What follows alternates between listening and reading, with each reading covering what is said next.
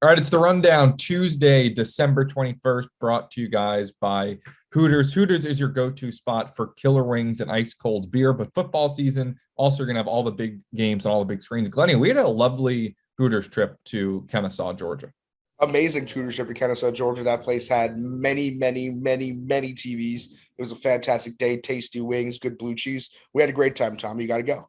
I feel like, yeah, I made some lifelong friends there. Remember Gary and Dwayne, like just these old Oh, guys and their I hope wives. Gary's doing well, man. What a guy. What a legend. Me too. Dwayne was he was there. I think he was actually like a family friend or something of large, and like he met us out at the Braves game that night. He met us outside the Braves game 6, whenever they beat the Dodgers to go to the World Series, and then he texted me after they won the World Series a picture of him in a Braves shirt. Is like this 7-year-old guy who was like, "Wish you were here, go Braves."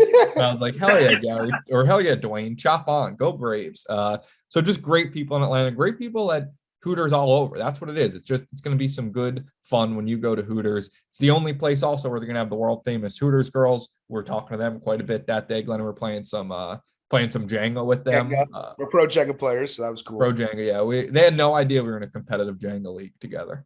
Like they had no idea what was about to hit them. So and they they love football. They love wings, beer, football, game day specials keep you hydrated and filled up on your Hooters favorites all season long. If you can't make it to Hooters for the game, you can still get your Hooters fix at home and save $10 with the code Barstool when you order online. And so check out hooters.com/barstool for details, and also just go to Hooters because it's going to be a fun time.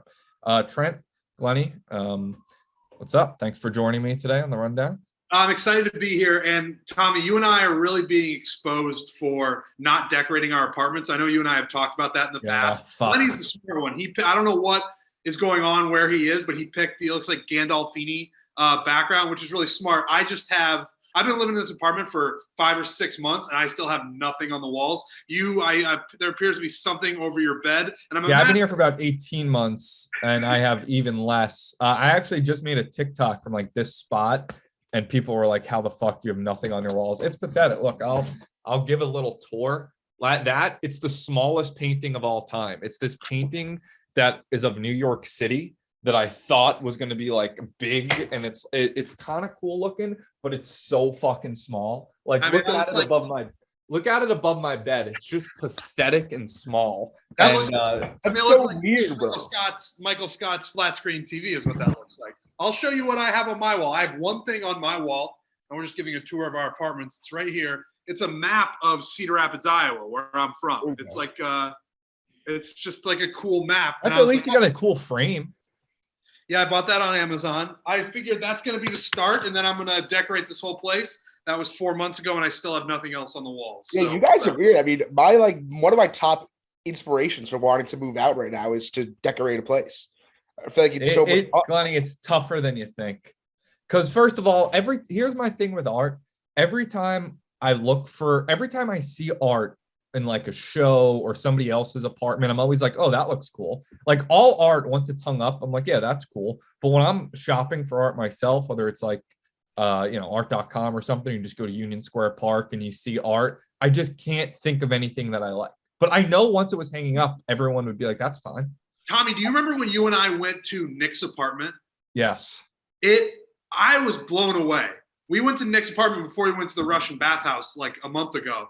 And I was stunned. It's a beautifully decorated apartment. Like it inspired me to decorate my apartment. Obviously that didn't pan out, but like you're right. When you see an apartment that is decorated just with things that the person likes, it shines. It doesn't matter what it is. It's just like, oh, look, this person made the effort. And the other thing is, I'll be honest, I don't know how to fucking hang things up. I have a painting in my living room that like we got a year and a half ago. It's just sitting there because we don't know how to put it into a wall. And that's pathetic. I know that that's pathetic. One time I went to Home Depot and I was like asking the guy, what do I get to hang a painting? And he listed me out in like 5 minutes. He talked a mile a minute and was telling me everything to do. I was like, all right, cool. And then I just left and I never tried to hang it again because I had no idea what the fuck he said. We got to figure it out. Anyway, on to topics. We'll start with Monday Night Football, Tuesday Night Football. Last night we had Raiders beat the Browns 16-14 at the end on a last second field goal. Browns had nobody playing, and the Bears just looked absolutely pathetic against the Vikings 17-9. Two pretty shit games. I did think one highlight though, is you hear Carl. Did you guys see the video of Carl? Yes. Was that definitely Carl?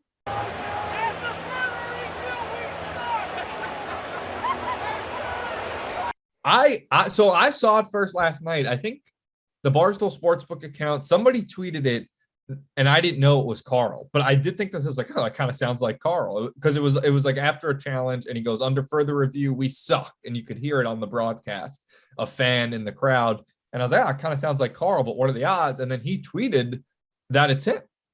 Is it? Do you know if it's him? Was he just in first row right behind the bench? What was the deal? Here's the thing, and Tommy's right. It did sound like Carl, but what you have to realize is that everybody in Chicago sounds like That's Carl. a good point. So you can't know it, but if you're him, why not take off and run with it? I also saw, I think Daly quote tweeted it too, with like laughing emojis, like even if it's not him, and I actually do think that it's him because it sounds so much like him. Just run with it. Who cares? It sounds enough like him that it's a funny enough clip. Just say it's you, and he does. I gotta watch it again. It sounds so much like him. Yeah, I can't tell if this is just an elaborate troll job from Carl. Then I'll feel like a fucking idiot. But why? I'm looking. He was at the game, but he looks like he was in a skybox, which makes it rather unlikely. That guy had to be close to the field. Had to be really. So close. he was at the game though. He was at the game. But maybe he wiggled his way down at the end. I guess it was him. He blogged it, but he didn't acknowledge whether or not it's him. I hope we don't look so stupid right now. I hope it's just so clearly like, I hope there's not an obvious answer here and we're just very, we're missing it. He blogged last night, after further review, we suck. And then his blog, it doesn't get any easier than this. After further review, we suck. We absolutely suck. Matt Nagy's a chump and we deserve better. I'm not quitting the Bears, but we might suck so fucking bad. Everybody can kiss my ass, but same time, please be nice because it's late December and I'm emotionally unstable. So he doesn't say it's him in the video. Doesn't even really address the video. I'm looking at the comments. Thought I recognized that boy. But you know what? I'm going to pretend it's Carl. We're going to pretend like it's Carl. It's him. I'm saying it's him. It's more fun to think of it that way. So Frankie and I were streaming PJ Tour 2K21 last night, and in my apartment that is not decorated, I have two TVs, and I had the football on one of the TVs, and every time I would glance over, what's that? Very normal way to say that. What? So I had the football on one of the TVs. I did have the football on one of the TVs. You had the football. Yeah. The football. I love to watch the football. You know that sport of football? I had it on one of my TVs. Yeah. And every time I looked over there, the Bears were doing something horrific. Like, are they the worst football team on the planet?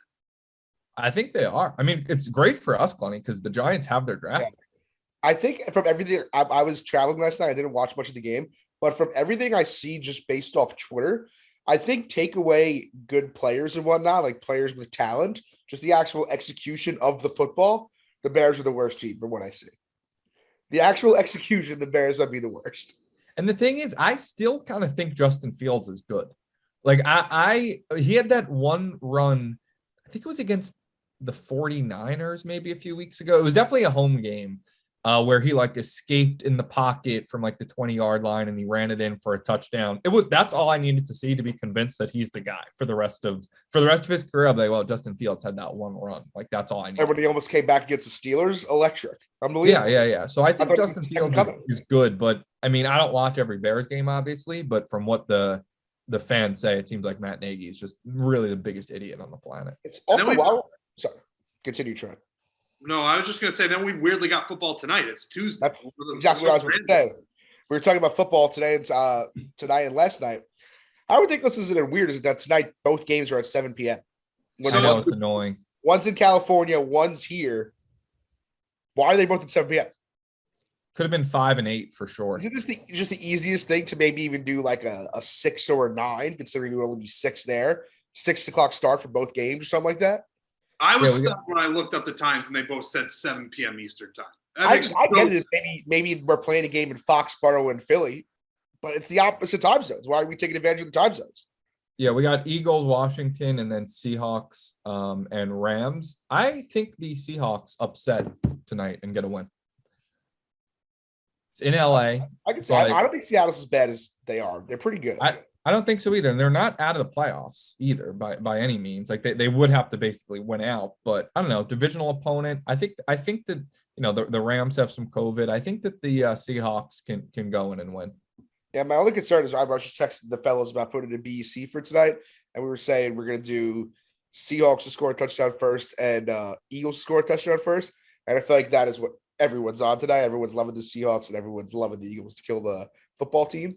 So it's probably not what's going to happen, but whatever. I mean, the Bachelorette finales tonight. So the Bachelorette finales tonight. So let's all just focus up and focus on what really matters. Speaking of that, Tommy's also shaving beard tonight. Sports, Trent. Yeah. Also at 8, I'm going against the Bachelor tonight at 8 p.m. I was going to save this for the post show, but the shave tonight at 8 p.m. on my Instagram live at Tom Scavelli. I will be shaving my beard. It's been a hell of a run, but I figure, you know what? It's got to end eventually. I hope you guys can join it. There's just so I'll be there. I'll be watching, Tommy. It'll be quick. I can't imagine it's more than 5 minutes. I'm working on some live show prep notes, but for the most part, I'll open. Then I will shave. I have a list of potential chants people can put in the comments. I'll tweet. It'll be tweeted out by the time you see that, but some possible ones I was working on were Tommy, okay. A classic. Tommy then with the razor emoji. That one could work. And then with the guy shouting, shave that beard, shave that beard, shave that beard. And then just a simple, you are the man, you are the man. And then handsome. So many chants. So many chants. And then claps, you're an icon, you're an icon with the clap emojis. And then I also have a suggested list of sad emojis to use during the shave to initiate that they're upset that it's the end of an era. So I'll have all that out later, 8 p.m. on my Instagram if you want to watch live. The world is so lucky that you're really into the Yankees and sports and not politics. If you had somehow gotten into the political world and then ramped up somehow, you had a campaign that really took off, and then next thing you know, Tom Scavelli is president, that'd be a nightmare. It's a dictatorship within 6 months. I'd love to be a dictator. My God, I'd love to be a dictator. I've said it, but if Kim Jong-un didn't do all the killing and starving people, when he banned people a few weeks ago from wearing his jacket, I would do that. I would absolutely do that. But the difference is I wouldn't kill people if they wore it. I would just strongly advise they don't, and everyone would be fed. They'd be happy. But yeah, I'd love to be a dictator. They recently banned laughing for 11 days in North Korea. Yeah, I saw that. No laughing, no drinking. Yeah, I want everyone having a good time in Tommy's America. Get out of there. Have a good time and worship me. You could do both at the same time. I want it to be a celebration. Get drunk and watch Tommy highlight videos on YouTube. Yeah. You think I don't want people laughing during that? No. I may choose what you laugh at, but you can laugh. So tune in for #the shave tonight at 8 p.m. Also, Glenn, I know you're a fantasy guy. This is fantasy playoff weeks. I know most people say, I don't give a fuck about your fantasy team. I disagree. I think in playoff weeks, it matters. I saw Hank tweet that. I think people here. So what do you think tonight, PPR league? I'm down 20.1 points. He's got Miles Sanders. I've got Cooper Kupp and DK Metcalf. I want to go on record for the people who say we don't care about your fantasy team. We don't give a fuck about your fantasy team. I think it's a tight battle. It's against my roommate. We're going to be watching it together. If I could take anyone, I would take you. I'm projected to win, but it's ground to make up. Cooper Kupp's been an assassin all season long, but it just takes one off game. You know what absolutely sucked for me fantasy this week? My playoffs. I don't know. Oh my god! I care. Oh my god! I'm gonna leave with my 12 friends. My dad joined the league this year. My dad just fucking obliterated me. We played each other in playoffs. He kicked my ass. It was utterly shellacking. It was disgusting. Ooh, Trent. Oh, The Bachelor. Oh, I pulled the luggage. You think people care about that? Oh, I broke 100. I will say, when the games got delayed and I saw them moving to Tuesday night, I was just like, God damn it. I don't care anymore. When people say, why aren't you watching football? Most of them are joking because they're being sarcastic, but I still just don't want to deal with it. People tweeting that at me. It's I thought Tuesday I was in the clear. and then COVID hit a bunch of these teams, and now they're moving it to Tuesday. Something I got to deal with tonight that I don't want. I'm going to tweet at you a lot tonight. Every Bachelor tweet. I'm going to be like, watch football like a real man. Pansy. And that, you know what's fucked up about that? That will get hundreds of likes. People. I'm going to try to ratio you tonight. People will be like, stick it to him, Tom. Stick it to him. Yeah. When it's just whatever, man. Whatever. No, I hate those people as well. But football tonight. Bill Belichick also on the football topic. He had a moment. Little nice moment. He apologized to the media for being grumpy about the other day and holiday spirit. So it's always nice when Bill Belichick shows he's like a little bit human. I don't like it. An apology is nice, especially you don't like to see him humanized. It's nice. No, I like we've got enough humans. We've got enough coaches that have humanity and all that. I want my Bill Belichick as cutthroat and as ornery and as grumpy as he can get. This is like he broke character to me. Like you're watching pro wrestling and the guy is trying to help the other guy up. I don't want to see that. No, I want to get humanized. Like when Bill goes to the Halloween party dressed as a pirate, it's awesome. I'm like, holy shit, this Bill Belichick guy, he's a human. He breathes, he eats food just like us. It's crazy. I like that part of him where you catch him out and he's out with his wife, like you're saying, at a Halloween costume party or whatever. But when he's in front of that podium, I want him to be as disrespectful as he's been the last 2 decades. My favorite Belichick story that Dave always tells is when he met him in Nantucket for a dinner, and he's like, Bill Belichick was just obsessed with the flashlight app on his phone. He was like, anytime Bill Belichick's or girlfriend needed something, Belichick, he whipped out that flashlight like in a nanosecond. He's like, oh, you need to find something in your purse. Like, I got this flashlight app. Like that, little human things like that show he can exist outside of being a football genius. I do like to see. That's fair. We got a probably fake video, but it's I think almost probably definitely fake video, but we'll talk about it anyway. A woman on a plane breastfeeding a fake cat. Allow this is nothing. No, but it's a cat. It's a cat. It's not a child. It's not a baby. It's a cat. Wait, She's breastfeeding a cat on the I plane. mean, who seems to think it's a cat? A cat. Yeah, that's her baby. No, I saw it before. It's a cat. Sir, can you put your It's mask like on? she's breastfeeding. She's breastfeeding a cat. Obviously not So- breastfeeding a cat on a plane. We Yeah. welcomed her on the plane. No, She had the it's blanket, fine. and we saw the baby. It was like covered. It Did was you see sleeping. the baby? No, we think didn't it- see it, but it was Because it's a sleeping. cat under The there. baby was sleeping, right? When the she baby's walked sleeping. in. It's a Do cat. you have a cat? No, I do not own a cat. let alone She's have one right breastfeeding a now. cat. It's When you disgusting. Did you? If it's a baby, I wouldn't say anything. That's totally fine. But it's a cat. It's just it's nuts. Yeah. Take a picture, it'll last longer. Than me. No, I thought I saw a cat too. You saw a cat? No, there is Yeah, no I such did. thing. I Right did. now, I are you saw- feeling stuffy? No, there is it's not a cat. weird thing to do, and it's making me I saw a not cat super under that uncomfortable. blanket. This man's allergic to The flight attendant is like, you can't do that on a plane, and rips away the blanket to reveal a fake cat. Everyone gets mad at her.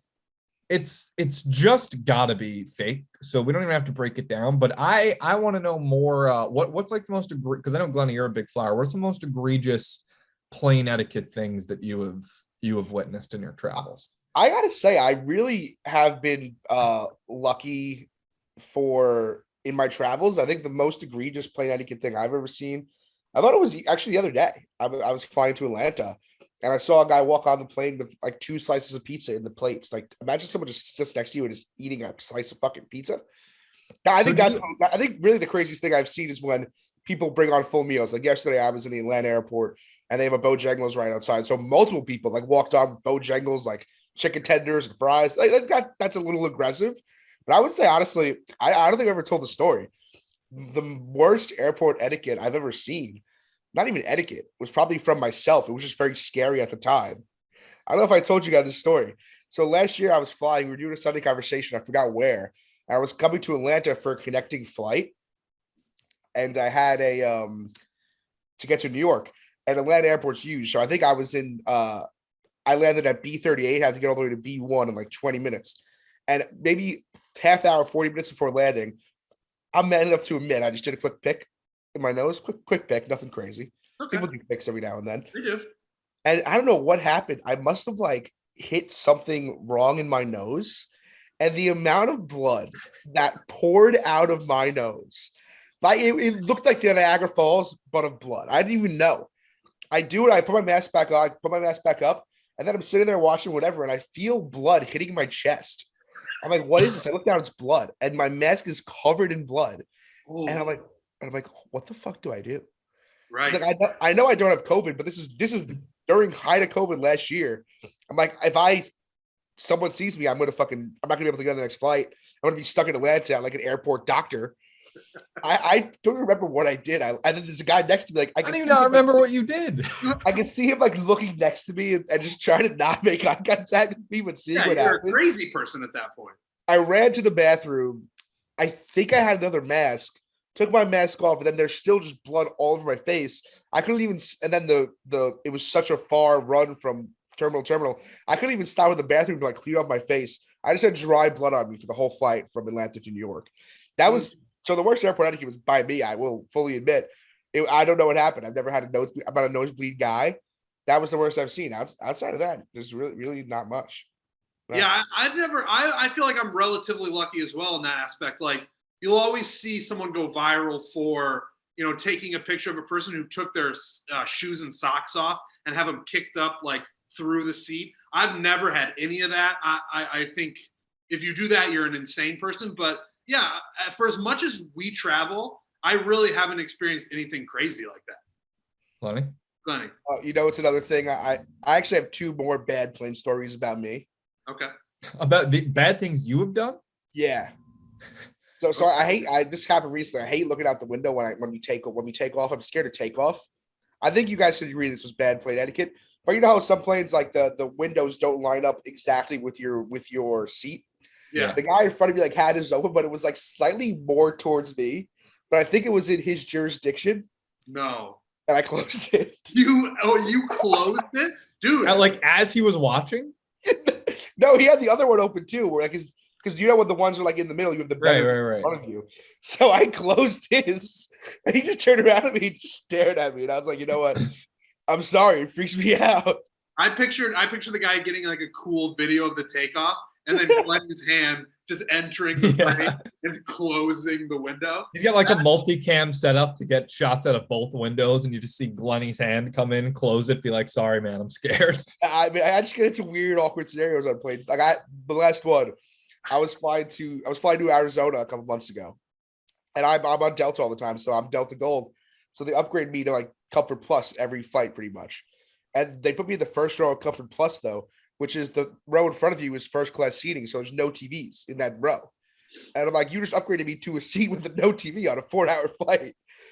So then, thank God, 3 rows back to the right, there was an open row with the guy just at the window, no one at the aisle seat. So I just go up to him like, "Hey, buddy, you mind if I just sit in this aisle seat?" They gave me no seat over here. Guy's a very cool dude, awesome guy. He's like, "No, absolutely not. Hang out." So we're sitting there. We each order a vodka. We're hanging out, but he's a great guy. And then like we're maybe a half hour into the flight, we both go to put in our TVs. His TV doesn't work, and my TV. Oh. And I was like, I feel so bad. You want me to go back to my seat or anything? He's like, no, that's your seat. This is my seat. My seat just doesn't work. He was a great guy, but I just you could have sat in the middle too. The middle seat was broken as well. Like he was trying to plug in his window seat, and I was trying to work the middle one to just get it on. Be like, "Oh, you can still plug it here and watch it in the middle seat." And the middle didn't work either. But he was a great guy. It was so bad. Yeah, I think the reason you don't see crazy stuff happen on planes, Glenny, is because you're the guy. Yeah.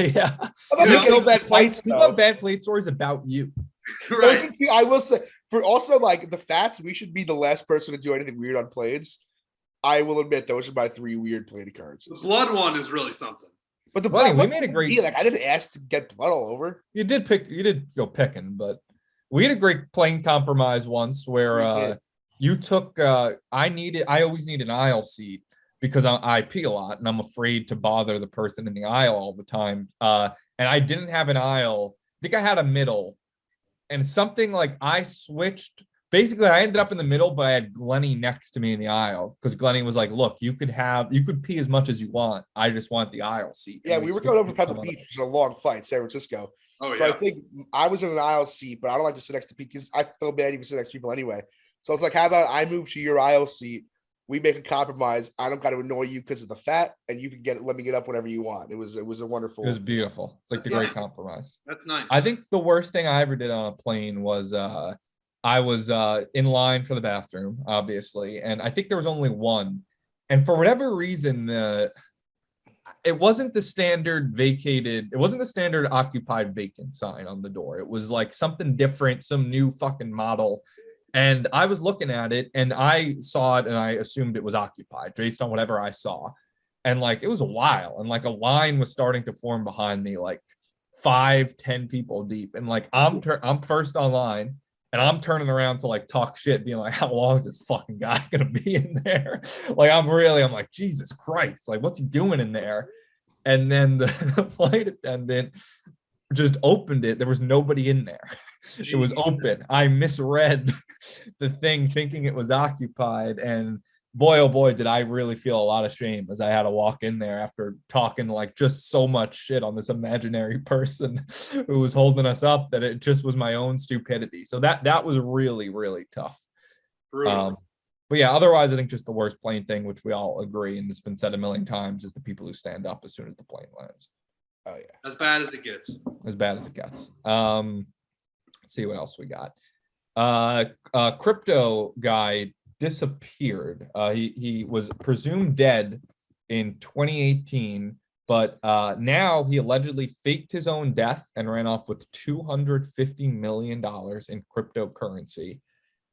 My question for you, what, Trent, you look perplexed. Well, is it stolen crypto that he disappeared with, or is? Yeah. It looks like something with a pyramid scheme.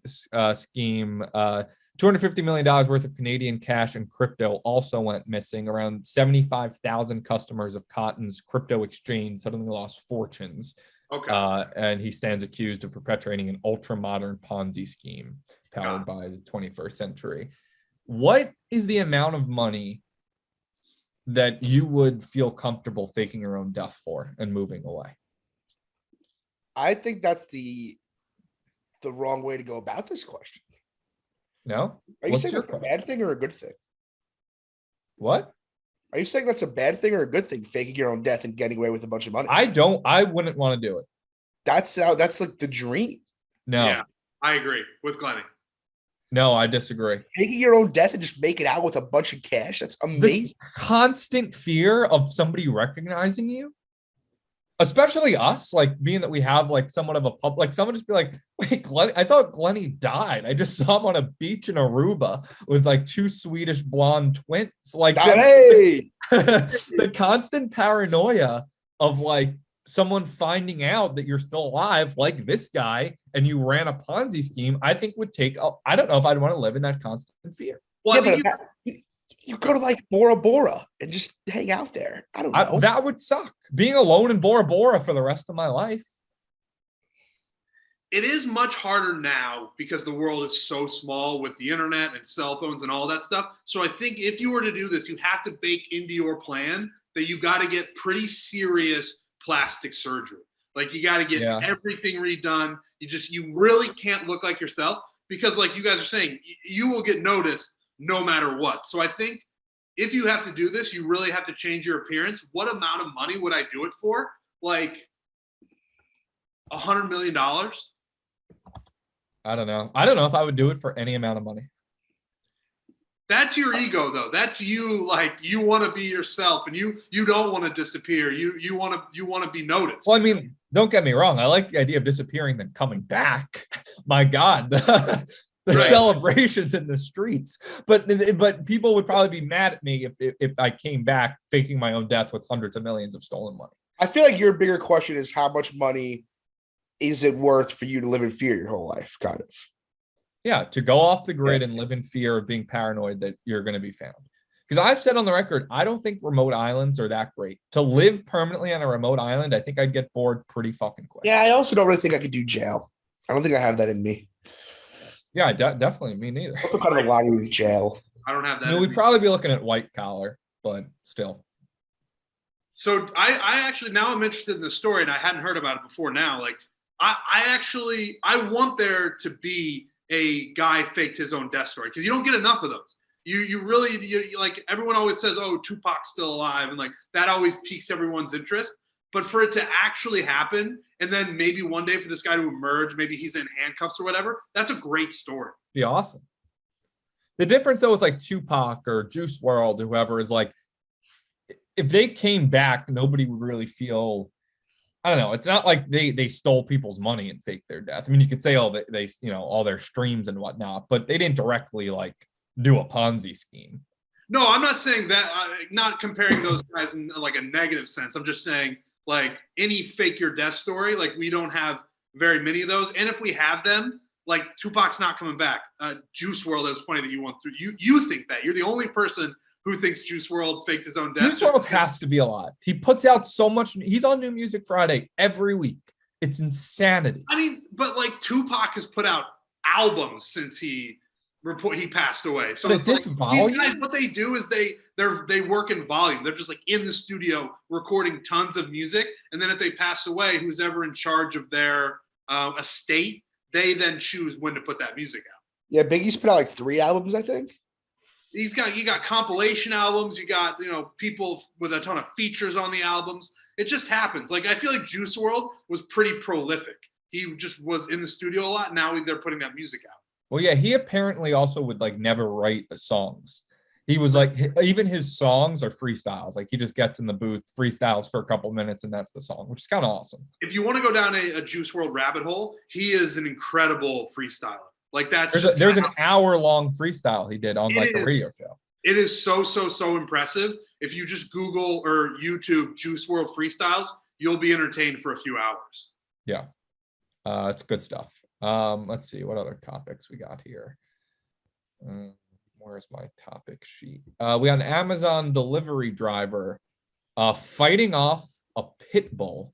This lady and her dog are getting attacked by this stray pit bull. The Amazon delivery driver jumps in and is like saving a girl and her dog. This person deserves like a Medal of Honor. If I'm an Amazon delivery driver, I'm leaving that package at the door and I'm running for my fucking life.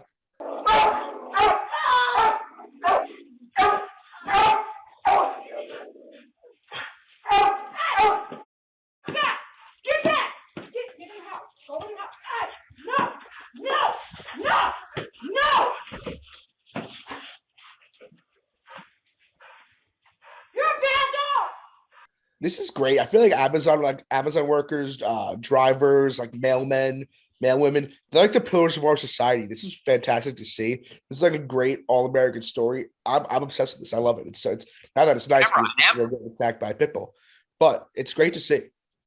Sorry, I'm trying to watch the video right now because I had not seen it previously. They should be pillars of the neighborhood. Yeah, I mean, I guess she was thinking, hey, dogs love to attack mail delivery people. Like, I'll draw the attention. I'll be the bait. I'm not afraid of dogs. Like, I get along, but I don't know what I would ever do if I got attacked by a dog. I've thought about it too. I don't know what I would. I guess instantly try to push up the throat. Yeah, like I'd be afraid to like fucking punch the dog. That seems wrong. You'd have to. Like you gotta. I would assume if I'm picturing my dog's coming at me, you gotta just go for her throat and then push her up so her mouth can't get to you.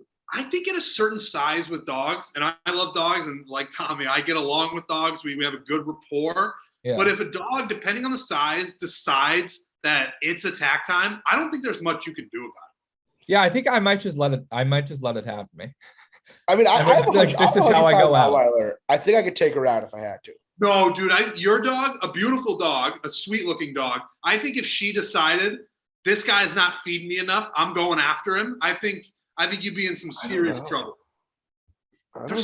You always hear about like when they talk about tigers or lions, like how much pressure they can put with their jaws. Like their jaws are like the strongest part of their body. Rottweilers do have like the biggest jaw, like most jaw power of the dogs. It's just like once they clamp, I feel like it's curtains for you.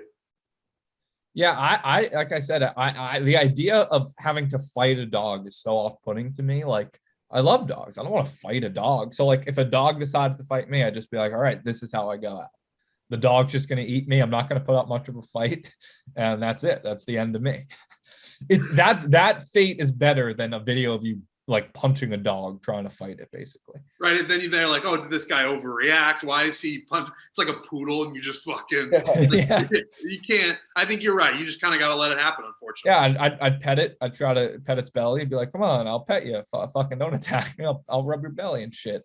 And if it's still set on attacking me, then that's it for Tommy.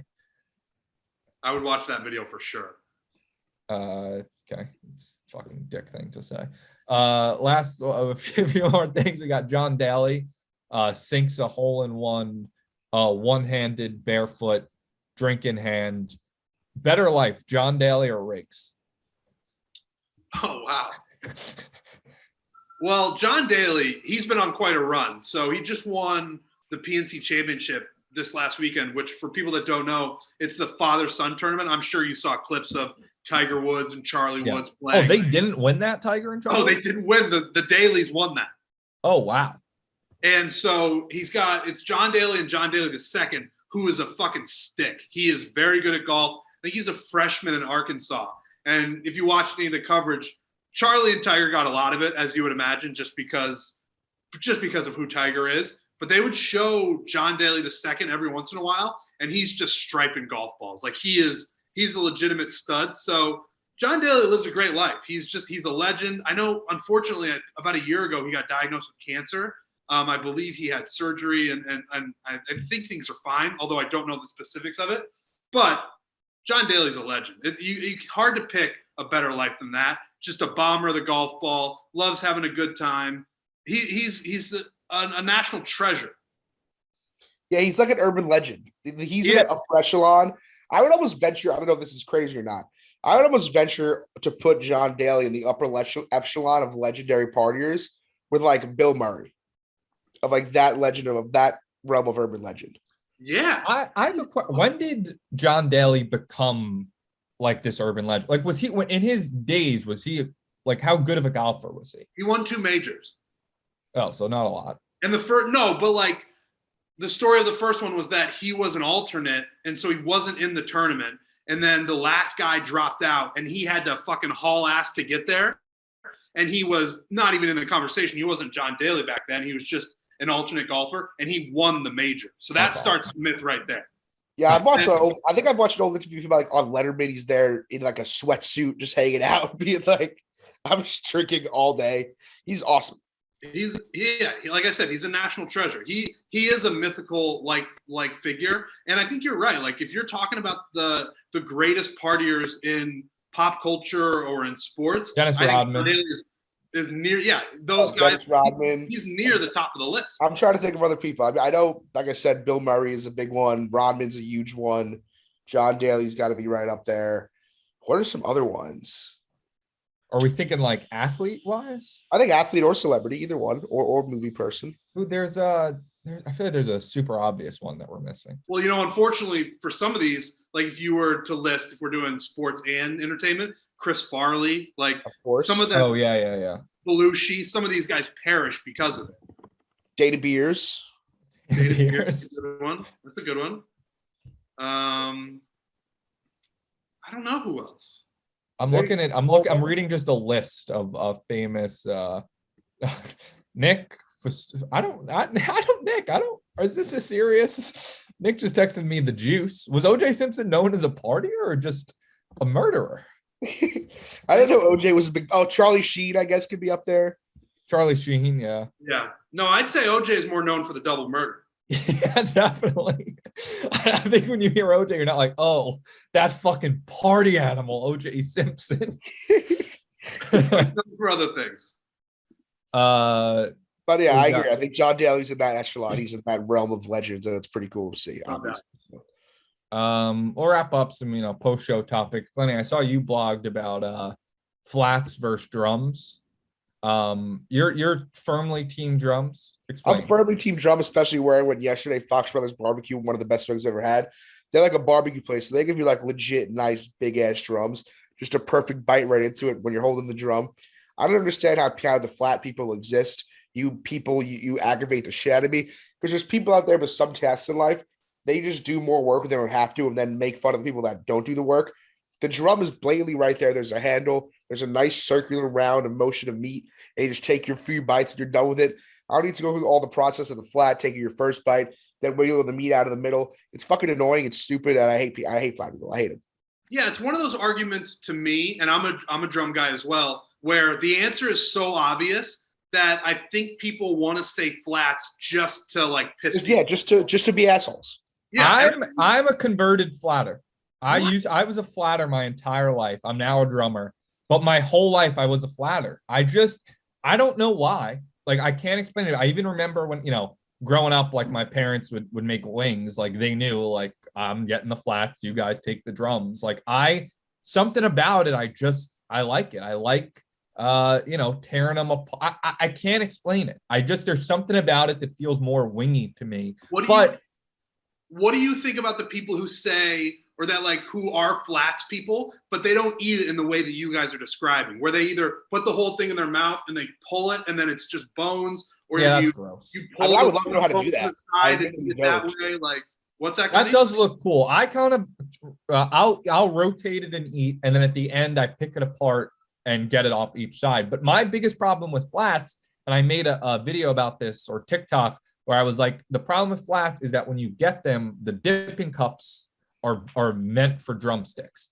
A blue cheese or ranch dipping cup is meant for a drumstick. It's a small little circle, and it's impossible to get the flats in there. It's like the laws of science. So you go drumstick. So I said that people should invent a rectangular dipping cup specifically meant for flats. And then some company saw that, I think Chicken Dippin' or something, if I want to give them a shout out, and they sent me a bunch of rectangular dipping cups. So I think if rectangular dipping cups became more popular, then maybe we could get more flats people. So I will be the first to admit, I would love to be one of those guys that can think of a flat and just then take it out of the bones there. But I just don't know the proper vessel of doing it. I need to be taught a lesson.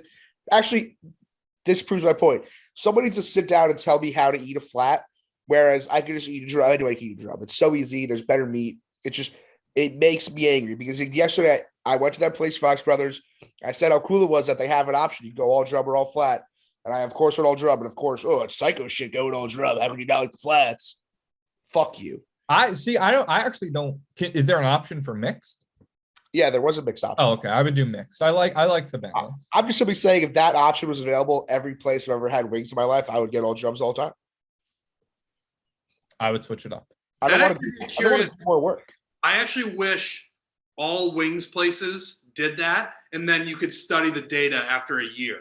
Like, all right, yeah, we argue on the internet all the time about flats or drums, but I would like to see which one comes out on top with that data, and I almost guarantee that it's drums. Yeah, it would be, but that wouldn't answer the question of what's better. That's just answering what do more people prefer. Like the flat people can be like more work. Like, for example, if I go to KFC and I order some nice fried chicken, it's pretty annoying having to go through all those bones and shit to get all the pieces of chicken. I agree I'd rather just a nice bite of the drum. I agree that it wouldn't answer the question, but if you view this argument on the internet, it almost feels 50-50, and I don't think that it's 50-50. We'll put up a poll tonight from the Rundown account of flats or drums. I bet drums is more popular, but I don't think that proves that they're better. I just think, they're more popular. The flat people just want to say they're flat people. Just to say it. People probably think if you cut this in a certain way, people would think we were talking about flat earth. Pretty much. Yeah.